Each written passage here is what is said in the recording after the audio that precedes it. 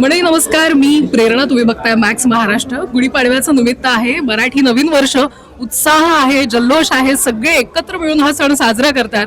आणि मग जान्हवी सध्या सगळीकडे मग हा सण साजरा का नाही करणार? गुढीपाडव्याचं खूप खूप शुभेच्छा जान्हवी, सुंदर दिसतेस तू. Thank you so much. चिरायूच्या निमित्तानं आलोय. तुझं कितवं वर्ष आहे चिरायूसाठी? दरवर्षी तूही येतेस?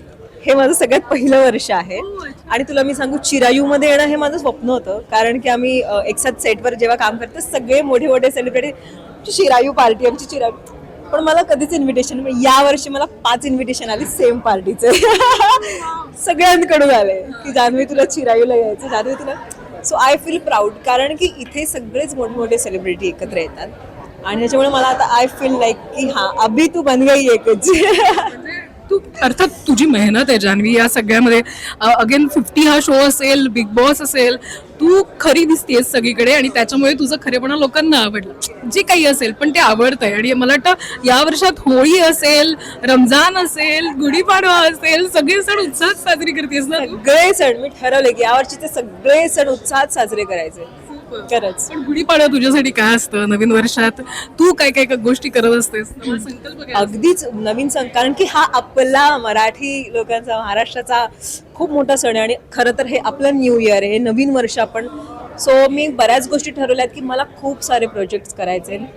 मे बी हिंदी असू शकतात ते, कारण की महाराष्ट्रभर तर नाव आहे, तर महाराष्ट्र मुलीचं पूर्ण भारतभर नाव होऊ दे, हे एक माझं स्वप्न आहे. सो 100% यावर्षी मी ते पूर्ण करणार. पण मला मराठी फिल्म्स पण बऱ्याच करायच्या आहेत. सो माझं ते एक ड्रीम आहे आणि संकल्प केलाय मी यावर्षी की मी ते पूर्ण करणार. हिंदीतल्या प्रोजेक्टची लाईन लागली आहे का आता? वेगवेगळ्या गोष्टी पुन्हा रियालिटी शो साठी विचारला गेलाय का? पण ते आधी सांग. हो, ऍक्च्युली लेट्स सी. आता अजून मी ठरवलं नाही की मी ते रियालिटी, कारण काय होतंय माहितीये माझं, की मी पहिली गोष्ट म्हणजे पहिली एक अभिनेत्री आहे आणि मग बिग बॉस केल्यानंतर मग मी लगेच Hindi reality. So reality shows. So मला असं वाटतं की मला अभिनय दाखवण्याची काही वेळच येतच नाहीये यार. सो मग मला असं वाटतं की ते कुठेतरी हरवायला नको, जे माझं खरं पॅशन आहे की मी अभिनेत्री आहे.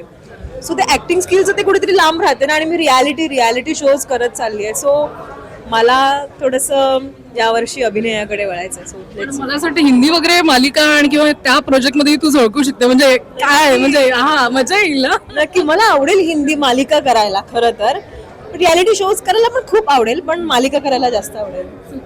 पण मला आता सांग तुझ्या लुक बद्दल. जो काय मराठमोळा साज, नथ, हिरव्या रंगाची साडी, हा मला असं वाटतं सगळ्यांमध्ये तू असं जो काय मराठमोळा साज घेऊन आलीस, तुला आवडतं ना? आणि हो. ऍक्च्युली माझी साडी ही माझी डिझायनर जी आहे अभिप्राय बँकेटची, प्राजक्ता, तिने डिझाईन केलेली साडी आहे. आणि हे एक नारी म्हणून ब्रँड आहे खूप छान. सो त्यांनी मला ही ज्वेलरी पाठवलेली आहे खास पाडव्यासाठी. सो मग मी म्हटलं आज चिरायू इतका यापेक्षा मोठा फंक्शन काय असू शकतो, नाही का? सो मग मी वेअर केलंय ते.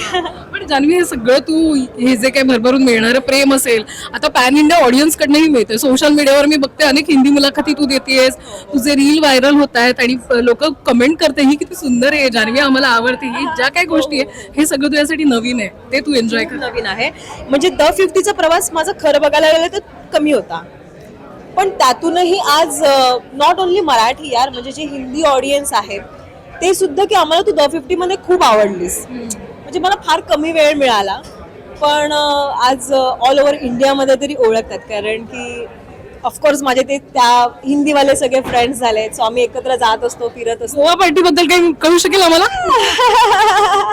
हो, गोवा पार्टीला खूप मजा आली. द 50चे सगळे होते, निक्की होती. सो भलेही 50 मध्ये खूप चांगली आमची फ्रेंडशिप दिसली सगळ्यांना. ज्यांना नावं ठेवायची ती त्यांनी ठेवलीच. कारण की बिग बॉस पासून आम्ही एकत्र आहोत. पण मला असं म्हणायचं की यार माझी ती चांगली मैत्रीण आहे. भले ती बाहेर कशी वागते मला काही फरक नाही पडत, पण ती माझ्यावर खूप प्रेम करते आणि माझ्याशी खूप चांगली आहे.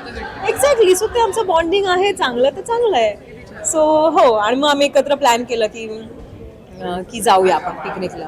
मजा आली. आम्हाला आवडतंय तुझा जो सगळा प्रवास आहे. तुला असं छान भरभरून प्रेम मिळत राहू देत. आणि पुन्हा एकदा गुढीपाडव्याच्या शुभेच्छा तुला. तुम्हालाही खूप खूप खूप गुढीपाडव्याच्या आणि नवीन वर्षाच्या शुभेच्छा.